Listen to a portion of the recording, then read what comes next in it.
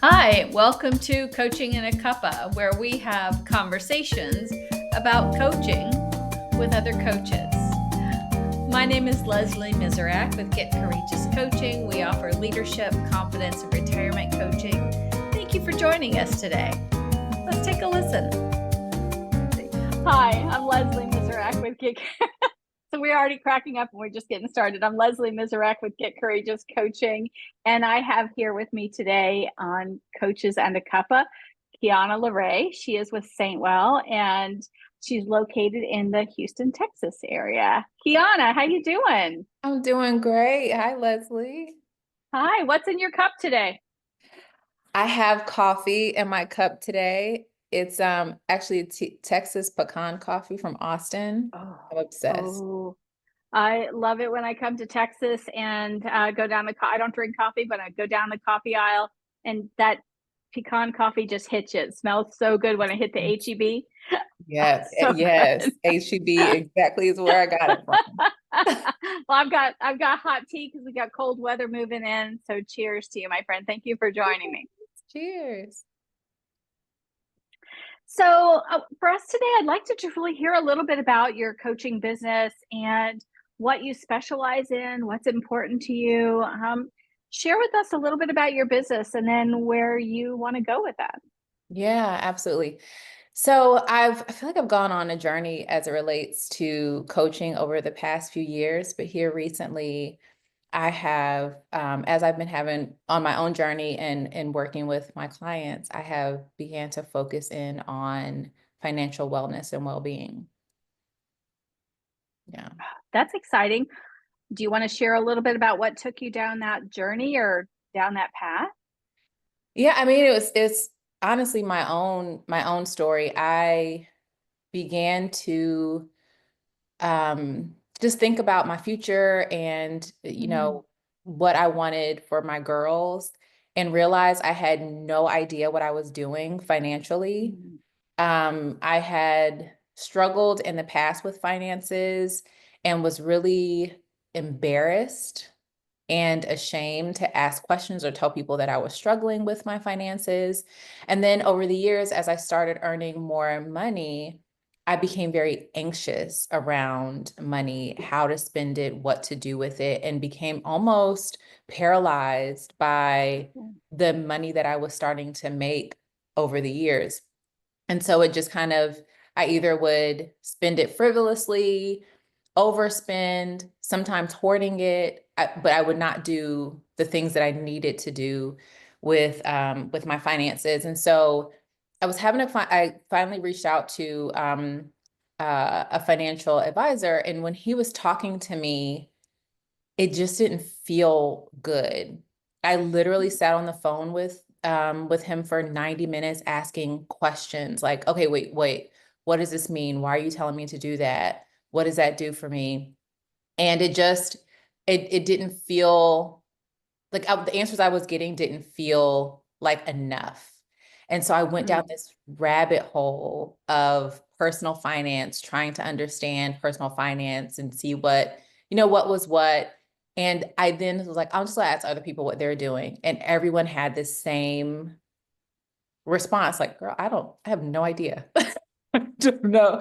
No idea. What? The fact that you even have a financial advisor is beyond me.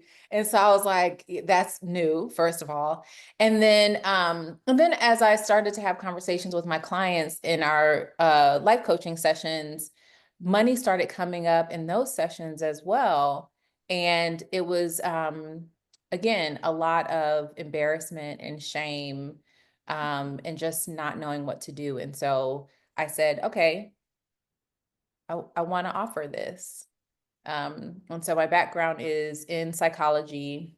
I got my master's in behavior sciences, and with the intention of doing organizational psychology. Went on to do a lot of org development, consulting, leadership Mhm. work, and particularly doing life coaching with leaders. And then so I decided to go and work on pursuing my certification in financial therapy. And then I've been in that space. I love that. First of all, thank you for sharing. Yeah. story. And I'm glad you found out you weren't alone. Yeah. And I would bet that for your clients, they are so happy to know that you've been on a journey, probably different from them, but probably Mhm. somewhat similar, right? Yeah. Especially with words like embarrassment and shame popping up. That's huge. And those Mhm. are such heavy words. Yeah. They're heavy for us to say, they're heavy for us to feel, all of that. So as you think about your financial coaching and kind of the certification around the financial therapy, which when we talked about it earlier, it was so incredibly interesting. Mm-hmm. And what is it? What's your takeaway from that program, and how are you using that in your coaching business?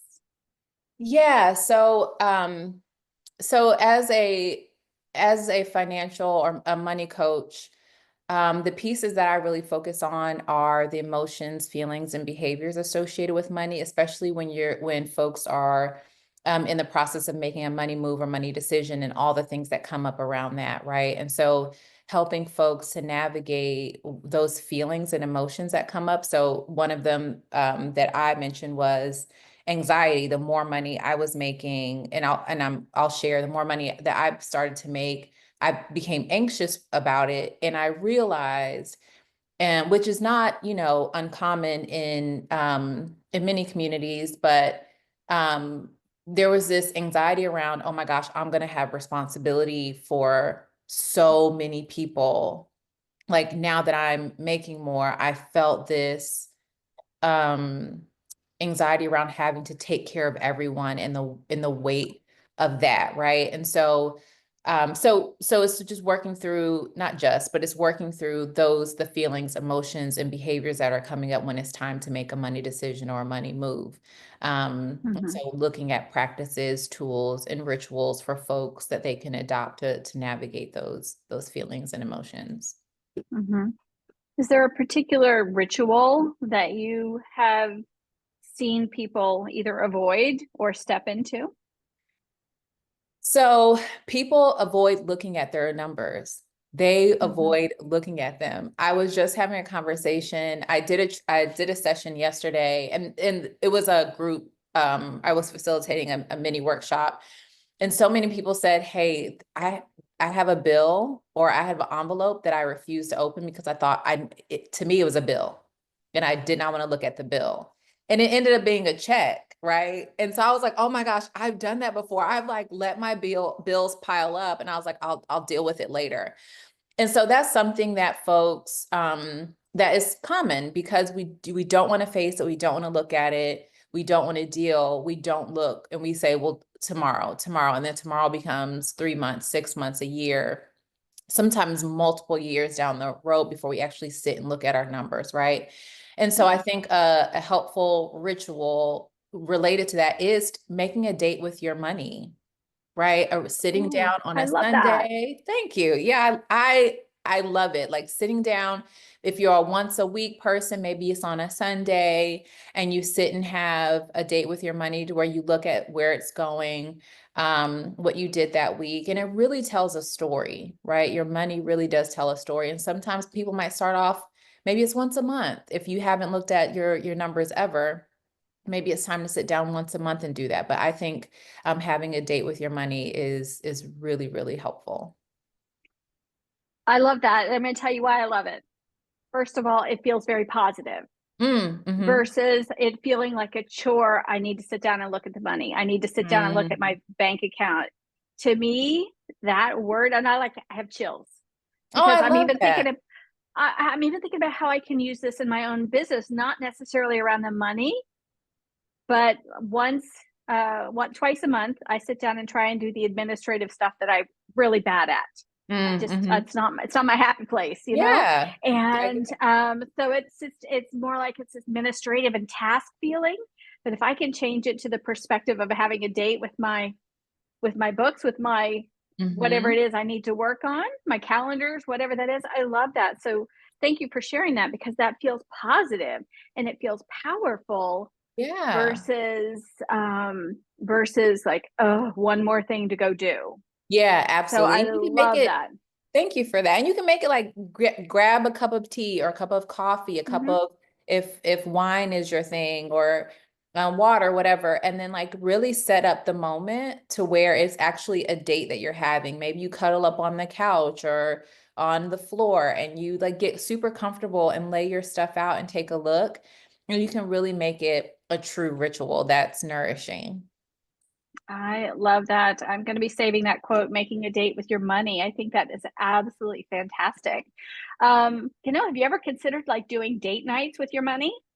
Like, Oh, how there's yeah. like all sorts of networking groups out there or ways to kind of bring clients in, that sort of I thing. love that, Leslie. I have to give you credit.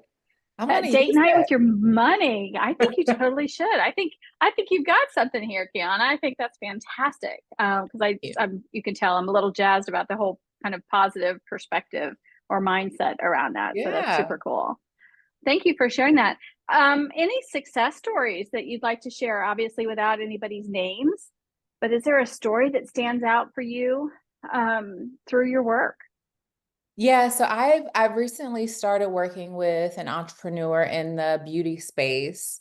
And one of the things that they did, because there's so much cash that's exchanged, like Mhm. oftentimes people will come in and like hand cash over. And some, I mean, and it's not uncommon for beauticians or stylists or barbers to require like a deposit, and then cash is required when you come in. And so Mhm. this particular person, they said that they received a lot of cash, and oftentimes they would, keep cash and delay going to the bank. And so in the process of getting the cash in hand throughout the day, or maybe a couple of days, and then getting to the bank, they were spending the money, like spending the cash, right? And I always advocate for having some level amount of cash in case of an emergency on you, right? Whatever that looks Sure. like. But they were noticing that before I get to the bank, I've spent so much of it, and I have no idea how much I've spent, right? And so I said, okay, one of two things that we talked through was either having more of an option of like you have an actual purchase, like people can give you their card when they're there, you open it up to other options to where it's going directly into the bank, or you make it a ritual that at the end of the day you leave and you go deposit the cash in the bank, and Mhm. then start tracking how it's coming in. And just that simple tweak, working with them, of okay, they leave the shop at the end of the day, on their way home, they stop at the bank, make the deposit, and come back home. And they realized that they were saving almost $2,000 doing that a month, Wow, that's huge. a month. That's And huge. and they understood what the numbers were, right? Mhm. So yeah. That's huge. And the thing that you just said is that was not a hard change, No, yeah. but that's the power of coaching, right? Mhm. Is helping someone figure out what works for them because they're quite often stuck. They're quite Yeah, often, the objectivity we have for ourselves is almost nil, right? yeah. But just having somebody to talk through that with is huge. So thank you for sharing that. And I love that they've basically found money, right? Found They money. know Found where it's coming money. from. They know where it's going. Yeah, Better absolutely. tracking, better spending, all of that. That's great. Now, I know you started working with executives. I know you've been in the org development space for a really long time and do really great work. Are you finding this a really nice blend with your life coaching business as well? Kind of really being able to tie the money together with the other pieces of your business? Is it a good fit? Actually, Leslie, honestly, it feels like a shift. Like Nice. it's been more of a shift into this is primarily what I I'm love that. focusing on now. And it's real super rewarding. It's really, really rewarding. That's So every awesome. once, during the conversation, I mean, money is a part of our life, right? And so it's Right. all Hmm. is connected. And primarily the conversations have been focused on money and I money love that. wellness. Yeah. Awesome. So what's something that you see in your future in 2025? So we're recording this the first week in January Yeah. of 2025. What are you seeing financially, either, for the organization or out in the kind of marketplace or trends? Anything that pops up for you?